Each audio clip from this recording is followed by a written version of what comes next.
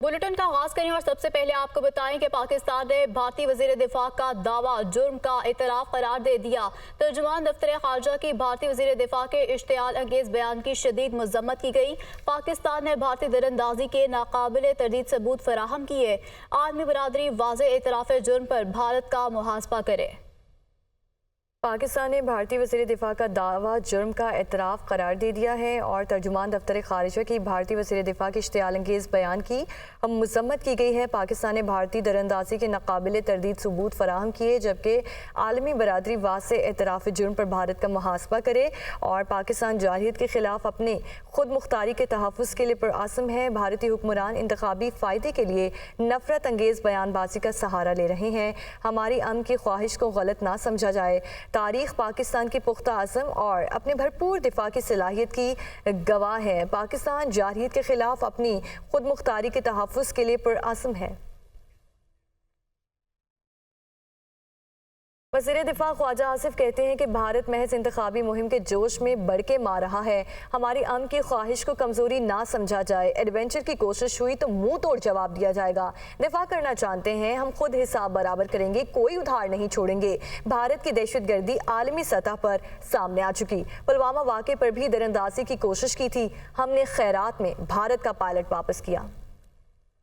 सिर्फ जो है इलेक्शन वगैरह का सिलसिला जो बढ़ के मार रहे हैं, बाकी में इनमें ना इतनी जरूरत है, और अगर इन्होंने जरूरत की तो फिर उसी तरह का जवाब दिया जाएगा। इलेक्शन के चक्कर में जो है वो कोई जो है कोई ऐसी हरकत ना करे जिसका इनको खमियाजा भुगतना पड़े और उसी तरह का नतीजा भुगतना पड़े कि जहाज भी गिरे और उसके बाद जो है पायलट को जो है वो खैरात दिया वापस करें। दूसरा ये है कि ये टेररिस्ट एक्टिविटीज की ये ट्रेडिशनली सरपरस्ती करते रहे हैं हमारे दूसरे हमसाया ममालिक की तरफ से, जो हमारे मुल्क में टेररिज्म होता रहा है और अब भी हो रहा है, उसकी सरपरस्ती में ये शामिल है और ये डायरेक्टली इनडायरेक्टली उसमें इन्वॉल्व होते हैं।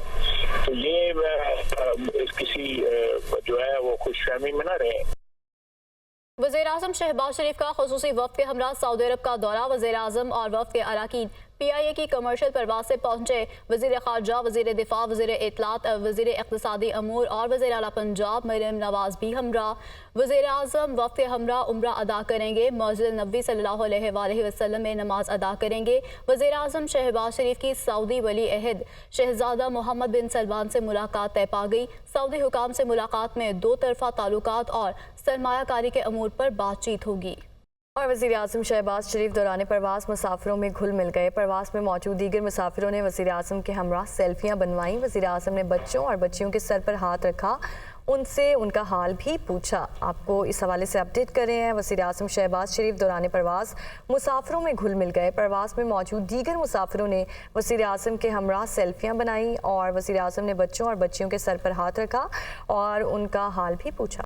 शब कदर रहमतों, बरकतों और फजीलतों वाली रात रमज़ान मुबारक की 27वीं शब पर खुसूसी इबादत का अहतमाम। मसाजिद में ख़त्म कुरान और ज़िक्र अस्कार के खुसूसी महाफ़िल लैलतुल क़द्र की तलाश में फ़र्ज़िंदान इस्लाम शब बेदारी करेंगे। इसी पर बात करने के लिए हमारे नुमाइंदगान हमारे साथ मौजूद होंगे। बिलाल नसीर, हमजा खुर्शीद और यासिर मलिक। सबसे पहले बात कर लेते हैं बिलाल नसीर से, जो कि कराची में मौजूद हैं। बिलाल, बताइएगा कि कराची की मसाजिद में किस तरह के इंतज़ाम किए गए हैं?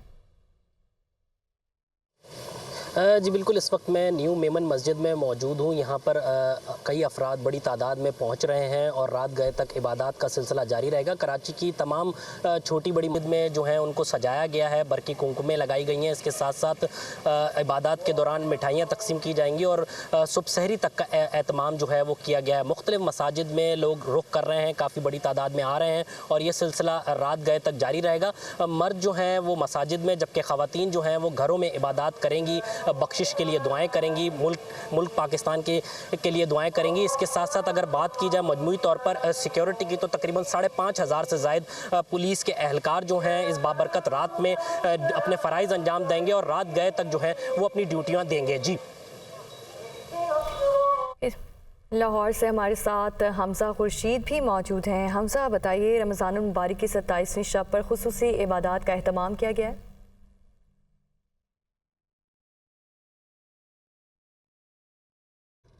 اس میں روزے کی رات ہے. آج کی جو رات ہے اس کی فضیلت کو قرآن میں بیان کیا گیا ہے، جس میں سورۃ القدر میں آیا ہے، جس کا مفہوم بنتا ہے کہ ہم نے قرآن مجید کو جو ہے وہ لیلۃ القدر کی رات اتارا اور تم کے لیلۃ القدر کی رات کیا ہے. اسی کے حوالے سے شہر لاہور کی جو مختلف مساجد ہیں اس کو سجایا گیا ہے. رنگ برنگی لائٹس جو ہیں وہ جو مساجد ہیں ان کو مزید نکھاری ہیں، جبکہ رات گئے تک جو ہے وہ تمام تر مساجد میں جو ہے مختلف عبادات کا اہتمام کیا جائے گا، جس میں قرآن خوانی بھی ہے، جس میں نعت خوانی بھی ہے، جس میں حمد خوانی بھی ہے، اور اس کے علاوہ جتنی بھی رمضان کے بابرکت مہینے میں عبادات کی گئی ہیں اس کی قبولیت کے لیے خاص طور پر دعا کی جائے گی.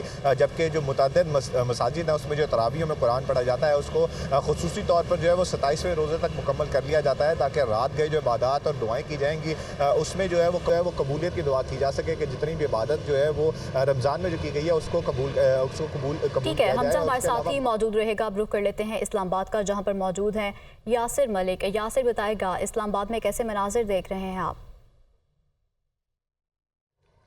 دیکھیں، لیلۃ القدر کی رات کو انتہائی مذہبی عقیدت و احترام کے ساتھ شہر اقتدار میں بھی منایا جا رہا ہے. آج کی رات جو ہے پیغمبر مصطفیٰ حضرت صلی اللہ علیہ وآلہ وسلم پر قرآن پاک جو ہے وہ نازل کیا گیا. اسی طرح ہزاروں مہینوں میں آج کی رات جو ہے وہ ایک افضل رات ہے، اور اسی رات میں اگر دیکھا جائے تو بڑی تعداد میں شہر اقتدار کے جو شہری ہیں، اسی طرح سے راولپنڈی سے بھی بڑی تعداد میں لوگ جو ہیں وہ فیصل مسجد کا رخ کرتے ہیں، یہاں پر عبادت کرتے ہیں، مغفرت کی اپنی دعا کرتے ہیں. اس کے ساتھ ساتھ آج کی جو رحمتیں اور برکتیں اور فضیلتیں سمیٹنے کی جو رات ہے وہ آج کی رات کہلاتی ہے. تو اگر فیصل مسجد کی بات کی جائے تو یہاں پر بھی جو ہے وہ عبادت کا سلسلہ جاری ہے.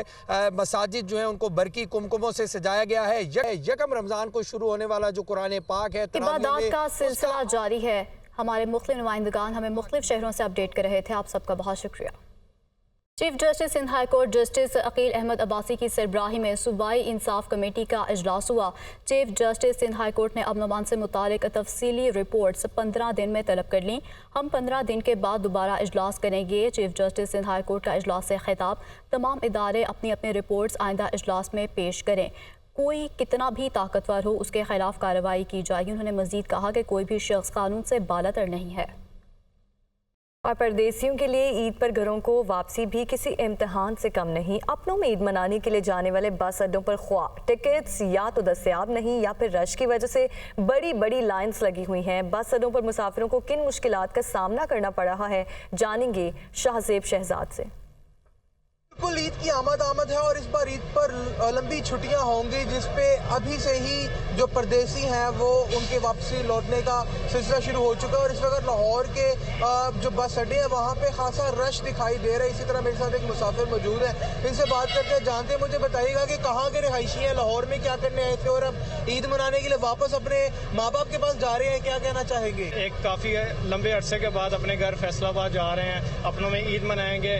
اور یہاں پہ بیسکلی جیسے میں نے آپ کو بتا رہا تھا کہ یہاں پہ کافی اچھا خاصا رش ہے، 3 گھنٹے لائنوں میں لگنا پڑ رہا ہے. جی بالکل، عید کی خوشیاں اپنوں کے ساتھ ہی منانے کا مزہ آتا ہے، اسی لیے پردیسیوں کی بڑی تعداد اپنے آبائی علاقوں میں واپس جا رہی ہے تاکہ عید کی خوشیاں اپنے ماں باپ، اپنے بیوی بچوں اور بہن بھائیوں کے ساتھ منا سکیں. جی ویلکم بیک. بانی پی ٹی آئی کے اڈیالہ جیل میں میڈیا سے گفتگو. انہوں نے کہا کہ اس وقت جتنی تگڑی جماعت پی ٹی آئی ہے اتنی تگڑی جماعت اور کوئی نہیں. آج دوبارہ الیکشن کروا لیں، سب کو پتہ چل جائے گا. حکومت گرانے کے باوجود 2 مرتبہ جنرل باجوہ سے مل سکتا ہوں تو کسی سے بھی مل سکتا ہوں. اس وقت میری ذات کا ایشو نہیں، پاکستان کا ایشو ہے، مجھے قائل کر لیں. بانی پی ٹی آئی کی جانب سے کہا گیا مجھے توڑنے کے لیے توشہ خانہ ریفرنس میں بشرا بی بی کو سزا دلوائی. ہمارے کچھ لوگ پارٹی کو توڑنا چاہتے ہیں، وہی بشرا بی بی پر بھی الزامات لگا رہے ہیں. گراف جیولری سیٹ کی مالیت 3 ارب ظاہر کر کے ہمیں سزا دی گئی. ہم نے گراف جیولری سیٹ کی مزید 3 جگہ سے کوٹیشن لے لی ہے. پاکستان تحریک انصاف میں اختلافات مزید کھل کر سامنے آنے لگے ہیں. گزشتہ روز شہریار آفریدی نے پارٹی رہنماؤں کو خوب آڑے ہاتھوں لیا. شہراب ترکئی نے بھی سیاسی کمیٹی کی تشکیل پر تحفظات کا اظہار کیا تو دوسری جانب پاکستان تحریک انصاف نے سیاسی کمیٹی میں توسیع کر دی. سیاسی کمیٹی کے اراکین کی تعداد 19 ہو گئی. اور بانی پی ٹی آئی کی اجازت کے بغیر اسٹیبلشمنٹ کے کسی عہدیدار سے ملاقات نہیں کی. ہر ملاقات کے بعد بانی پی ٹی آئی کو تفصیل سے آگاہ کیا. سابق وفاقی وزیر علی زیدی: بات چیت ہر سطح پر ہوتی ہے اور ہر مسئلے کا حل بات چیت سے نکلتا ہے. افسوس کہ پی ٹی آئی کے اندر کچھ مفاد پرست سازشوں نے جھوٹا بیانیہ بنایا. علی زیدی کی جانب سے کہا گیا کچھ جذباتی اور نادان دوست اس جھوٹ کو سچ سمجھ بیٹھے. नतीजतन मेरी और मेरे अहल खाना की ज़िंदगियों को ख़तरे में डाल दिया। अच्छी तरह जानता हूँ कि इन मफाद परस्त साजिशों ने ताने बाने कौन चला रहा है। मेरी खामोशी को गलती से कमज़ोरी ना समझा जाए। साबिक वफाकी वज़ीर अली ज़ैदी की जानिब से ये कहा गया है। तो तर्जुमान पाकिस्तान मुस्लिम लीग नून खैबर पख्तूनख्वा अपनी ही पार्टी से नाराज़ हो गए। ओहदे और वजारतें एक ही घर में तकसीम की जा रही हैं। उन्होंने मज़ीद कहा कि दीगर जमातों ने गवर्नर बनने की दावत दी, 2 बार वजारत देने का कहा गया। तमाम ऑफर्स के बावजूद पाकिस्तान मुस्लिम लीग नून को नहीं छोड़ा। सूबाई तर्जुमान की जानिब से ऐसा कहा गया है। हर जमात के कारकुन को कहना चाहता हूँ कि सियासत करने से पहले सिफारिश का बंदोबस्त करे। इख्तियार वली की जानिब से कहा गया।